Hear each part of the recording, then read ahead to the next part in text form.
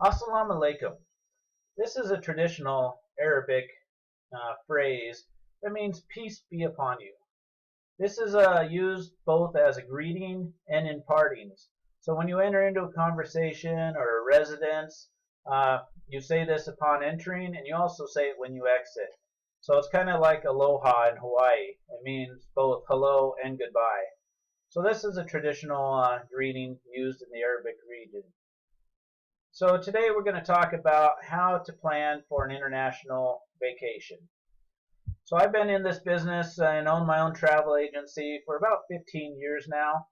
I have also traveled internationally and nationally for about 20 years now. So I got quite a bit of experience and picked up quite a few hints and tricks along the way on how to get around and deal with cultural and language issues and stuff. So we'll be talking about some of those today. So since everyone here in this class loves to travel, I'm hoping that you guys can come away with some hints and tips that might help you out in planning for your future trips.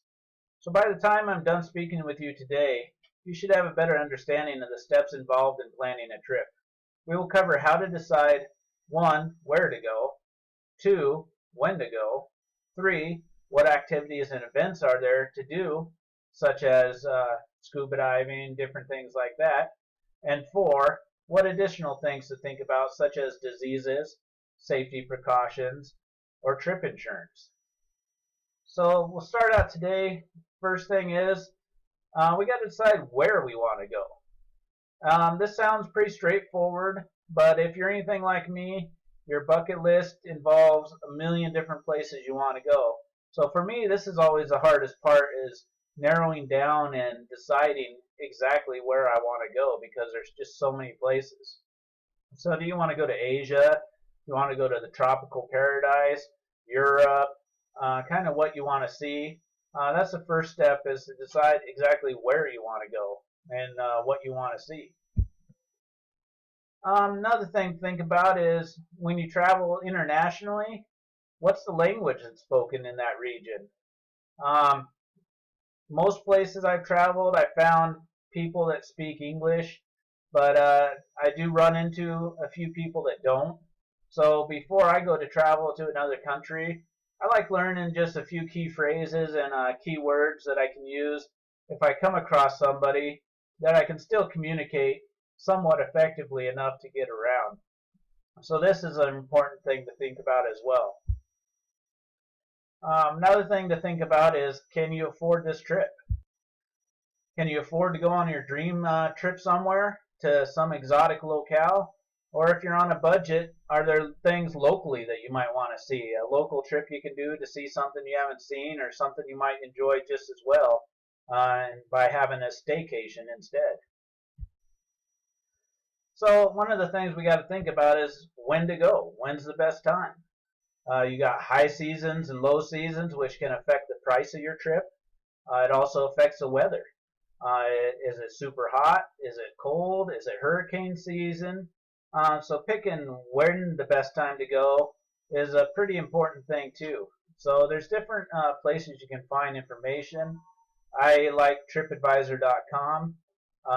Several travel websites and stuff, they have a section called when to go that has different things like the weather, prices, different things like that. So there's quite a few places where you can go to get information on this topic. So another thing to think about is, when do you like to travel? Are you a teacher that has the summer off? Or are you like me, where I primarily like to travel in the winter because it gives me a little vacation in the middle of winter to kind of break it up a little, make it not seem so long, and just get away and get a break from all the snow and the cold. There's lots of different references you can use. There's travel books and magazines. There's lots of travel websites.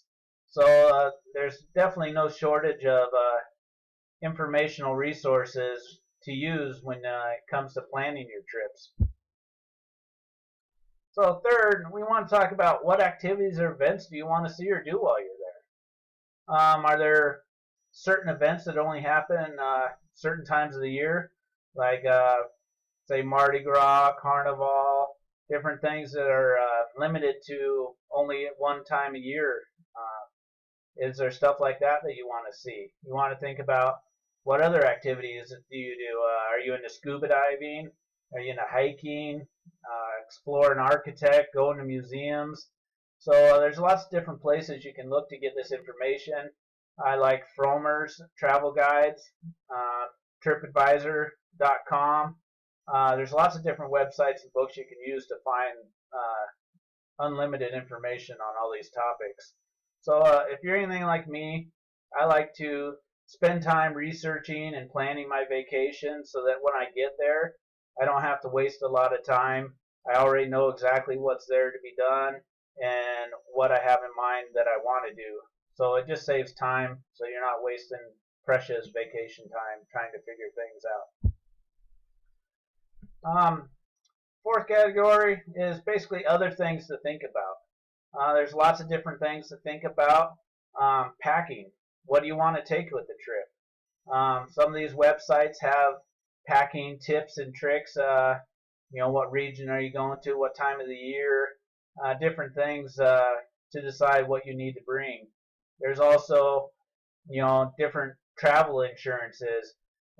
If you have lots of expensive camera gear or something, do you need special insurance for that in case something happens? If you're a scuba diver, do you need dive insurance to cover hyperbaric chambers or if something goes wrong? Also, travel medical insurance. If you get stranded in a foreign country, do you have insurance that covers life flight getting you home? That's another thing to think about. Monies and currencies. What currency is used in that country?